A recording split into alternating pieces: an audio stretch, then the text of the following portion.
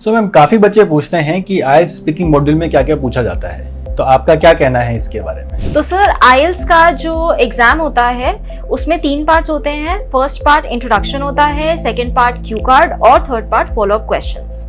तो उसमें जो इंट्रोडक्शन पार्ट होता है बहुत ही बेसिक क्वेश्चंस पूछे जाते हैं रिलेटेड टू द कैंडिडेट, ठीक है। जो सेकंड पार्ट है उस पे हमें कंटिन्यूअस 1 से 2 मिनट बोलना होता है एक टॉपिक पर, और जो थर्ड पार्ट है उसमें जो क्वेश्चंस आते हैं वो पार्ट 2 से रिलेटेड ही होते हैं। तो मैम जो लिसनिंग मॉड्यूल होता है उसके अंदर काफी फॉरेन एक्सेंट जो यूज किया जाता है, तो उस चीज को बच्चे कैसे इंप्रूव कर सकते हैं? लिसनिंग स्किल्स इंप्रूव करने के लिए सबसे पहली चीज है, अगर आप रेगुलर इंग्लिश मूवीज देखते हो वेल एंड गुड, बट कई बार क्या होता है ना, लोगों के पास इतना टाइम नहीं है आजकल।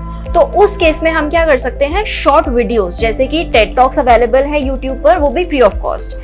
अदरवाइज पॉडकास्ट भी सुन सकते हो, वो काफी ज्यादा बेनिफिशियल रहेगा। ऑल्सो जो रीडिंग मॉड्यूल है वो काफी डिफिकल्ट होता है और लेंथी भी होता है, तो उसको गिवन टाइम के अंदर कैसे सॉल्व किया जाए, इसके बारे में आपका क्या कहना है? तो वेरी नाइस क्वेश्चन, क्योंकि क्या होता है ना कि रीडिंग मॉड्यूल जनरली बहुत लेंथी होता है और लोगों को हैबिट ही नहीं होती है बहुत ज्यादा रीडिंग स्किल्स की, और टाइम पीरियड जो गिवन होता है दैट इज ओनली 60 मिनट्स, और उसमें 40 क्वेश्चंस के आंसर्स हमें पैसेजेस में से ढूंढने हैं। तो there are different types of questions जिनके लिए अलग अलग स्ट्रैटेजीज, टिप्स और ट्रिक्स होती हैं। तो उनको अगर आप फॉलो करोगे, प्लस आपकी वोकैबुलरी स्ट्रांग होनी जरूरी है, वो चीज आप फॉलो करोगे तो बहुत ही इजीली आप अपने बैंड स्कोर को इम्प्रूव कर पाओगे। अगर लेट्स से आपका बैंड स्कोर 5 बैंड्स ही आ रहा है सिर्फ रीडिंग मॉड्यूल में, तो आपको कहाँ इंप्रूवमेंट करने की जरूरत है वो पहले आपको देखना पड़ेगा, टाइप्स ऑफ क्वेश्चंस को जज करना पड़ेगा, प्लस बहुत ही कॉमन अपनी स्ट्रैटेजी होती है कीवर्ड्स की हेल्प से स्किम एंड स्कैन करना है पैसेज को।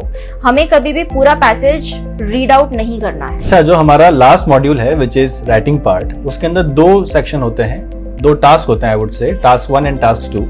उसमें क्या डिफरेंस है? वेल, तो राइटिंग पार्ट की अगर बात करते हैं तो उसमें 2 टास्क होते हैं। टास्क 1 जो है वो जनरल और एकेडमिक के लिए, दोनों के लिए अलग होता है। जनरल टास्क 1 जो होता है वो एक लेटर होता है, और एकेडमिक टास्क 1 रिपोर्ट राइटिंग होता है। जो टास्क 2 है वो दोनों जनरल और एकेडमिक के लिए कॉमन है, दैट इज एसे। टोटल जो टाइम गिवन रहता है दैट इज 60 मिनट्स, जिसके बीच हमें दोनों टास्क अटेम्प्ट करने हैं। हमें कभी भी कोई चॉइस नहीं मिलेगी और करके, हमेशा एक ही क्वेश्चन मिलेगा टास्क 1 के लिए, वो अटेम्प्ट करना रहेगा, और टास्क 2 के लिए भी एक ही क्वेश्चन रहेगा जो कि अटेम्प्ट करना रहेगा। उसमें हैंडराइटिंग मैटर करती है। कई लोग बोलते हैं कि अगर बुरी हैंडराइटिंग है तो क्या नंबर मिलेंगे या नहीं मिलेंगे, तो हैंडराइटिंग रीडेबल और अंडरस्टैंडेबल होनी जरूरी है।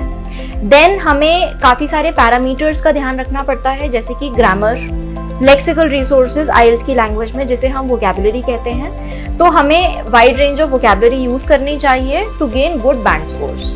और भी बहुत सारी चीजें हैं जो कि हम डिटेल में डिस्कस कर सकते हैं for sure. So thank you everyone. For more detailed videos, you can subscribe our channel. Thank you very much.